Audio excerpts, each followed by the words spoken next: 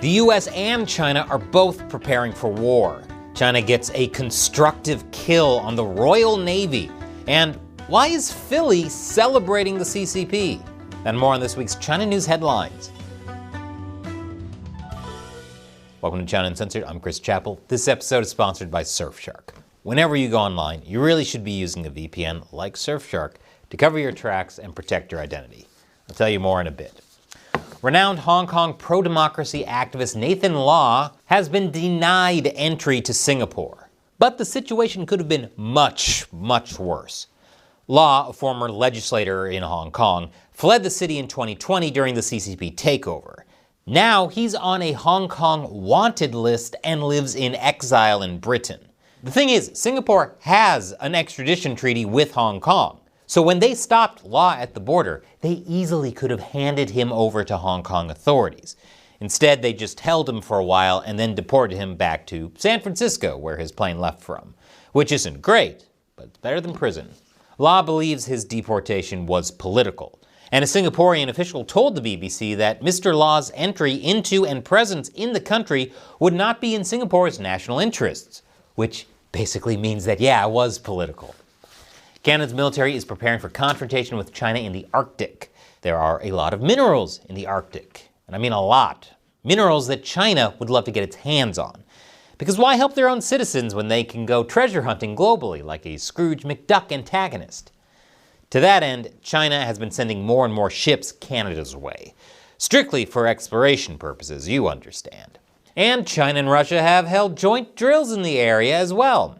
But Canada isn't taking it lying down. It's undertaking something called Operation Nanook. The operation includes Canada's Army, Air Force, Coast Guard, and Navy, tasked with maintaining a presence in the Arctic and doing surveillance. Of course, considering just how deeply the CCP has influenced Ottawa, I'm sure all they would need to do to get those ships to do absolutely nothing is just ask nicely. If you want to learn more about China's control over Canada, you can check out this episode or others like it on our exclusive website, ChinaUncensored.tv. where we post episodes we can't share on YouTube. The subscription is just the price of a bag of coffee, so head on over. And thank you for your support. And now over to Philadelphia, America's former capital and current zombie capital. Man, this American remake of 28 Days Later looks horrifying. Sadly, Philly has something even more frightening going on than drug addicts or its sports fans. What did the traffic light ever do to you guys?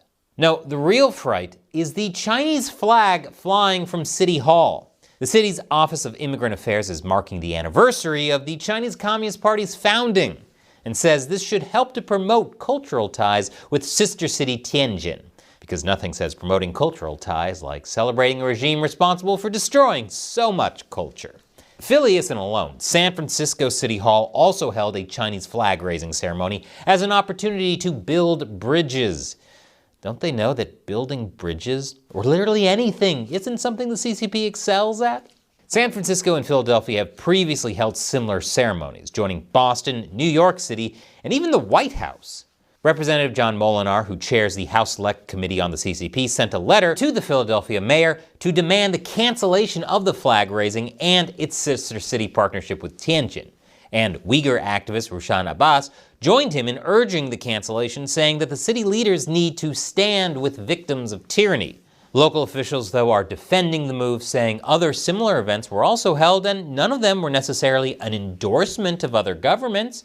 Yeah, I mean, it's not like flying a flag is an endorsement of a country. These soldiers raising the American flag at Iwo Jima weren't doing it in support of the US, they were just vibing, man. The local officials also claim this is an expression of support and celebration of the city's Chinese community. So Philadelphia loves to protest authoritarianism sometimes while celebrating other authoritarians when suitable. Good to know. But there are already events like the Lantern Festival that celebrate Philly's Chinese community without celebrating one of America's foremost enemies that is a serial human rights abuser. I guess that's the long arm of the CCP's influence for you. This would be like someone with a swastika tattoo saying, "I don't support the Nazis. I'm just celebrating Oktoberfest." And after the break, the Pentagon is preparing for war with China. Finally. Welcome back. The Pentagon is ordering weapons factories to crank up production in preparation for war with China. War with China is like Chris Brown's next violent outburst. It's not a matter of if, but when. Amid China's rapid military buildup and the CCP's regional aggression, Washington is stepping up production of certain key items, such as Patriot air defense systems, long-range anti-ship missiles, precision strike missiles, and the Standard Missile-6. Considering that the U.S. has used much of its stockpile helping allies in Europe and the Middle East, this is something that should have been done ages ago. People familiar with the issue said the Pentagon is asking defense contractors to massively increase the scale of production of about 12 systems in total. But there are concerns that this will require a ton of money and need to be done very quickly. So it's definitely going to be challenging, since anyone who's ever worked with contractors on their house know you can have things done fast, cheap, or well, but you can only choose 2 out of the 3. And you're lucky if you can get 1. China carried out something called a constructive kill maneuver on Royal Navy ships in the South China Sea. The HMS Richmond was sailing through a disputed area in the South China Sea near the Spratly Islands, along with other ships and the HMS Prince of Wales aircraft carrier. Officers on some of these ships reported being tracked and harassed by the PLAN. One officer on the Prince of Wales said, "It's them pretending to kill us. They follow the path they would go on if they were launching an attack. It's an info-war operation. They want us to know they're targeting us." But that British optimism is on full display because another officer said it's mutually beneficial in training terms. The more they practice targeting you, the more you understand how they operate. Oh, we've known how communists operate for decades.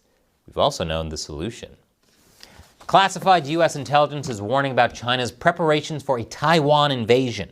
Specifically, the Pentagon is worried about China's buildup of a commercial ferry fleet that has been modified to carry tanks, and seen on satellite images used alongside China's new landing docks, and deploying amphibious forces in military exercises. This isn't exactly new.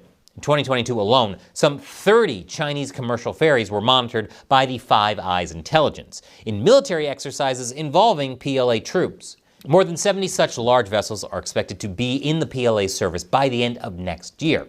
So, right before 2027, when some people think China will invade Taiwan. And finally, a Space Force general is warning that China is the #1 threat to the U.S. in space, which anyone who watched Space Force on Netflix already knew. Lieutenant General Douglas Scheisse says that the CCP space capabilities are advancing at a rapid pace and that they are bringing on capability, I won't say daily, but at least monthly, that puts our assets at risk. Monthly. Their risks are coming on a more reliable schedule than most video game DLC packs. And did you know that every time you go online, everything you do is potentially compromised? That's why the people at Surfshark created a VPN that keeps your internet activity private and secure.